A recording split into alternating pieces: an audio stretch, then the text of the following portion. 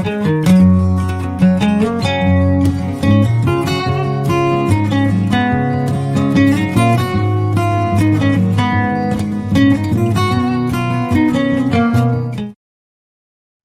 everyone, I am Anusha Obaid and today we are going to talk about physical quantities and measurement techniques.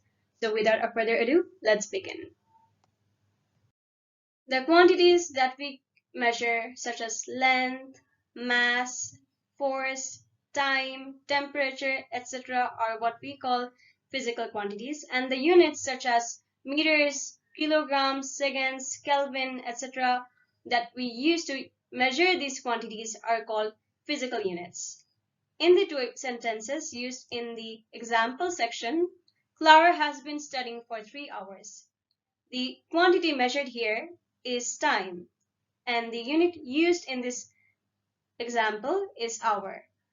Olivia's house is 2 kilometers away from ours. The quantity measured here is distance, and the unit used is kilometers.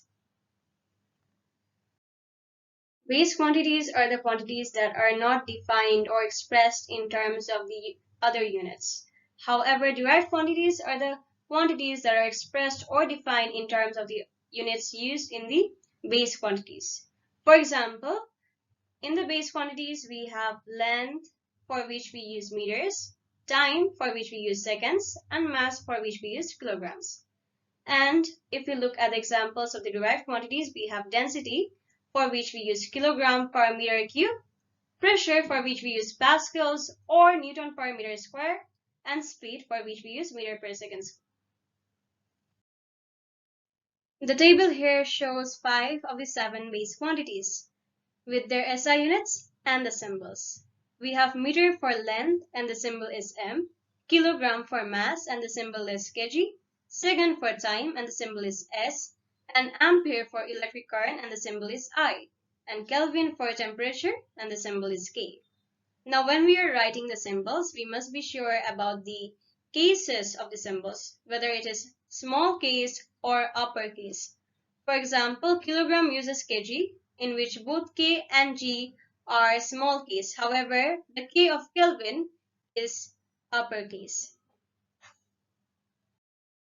We have already seen the table of the 5 base quantities with their symbols and their SI units. Now, what are SI units?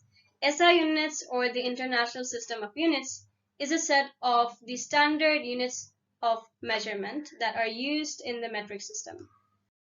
Physical quantities can be differentiated into scalar quantities and vector quantities. Scalar quantities are the quantities that do not require direction when expressed. They only have the magnitude. However, when we are expressing vector quantities, we need to use directions along with the magnitude. For example, for scalar quantities, we often say statements like 1 kilogram of rice. We are not using any direction here, but however, if we observe the examples for vector quantities such as force, we often say statements like 10 Newton force acting upwards or downwards or leftwards or rightwards. And that is all for today. Thank you for watching today's video. I hope you all liked it. See you in the next video. Bye.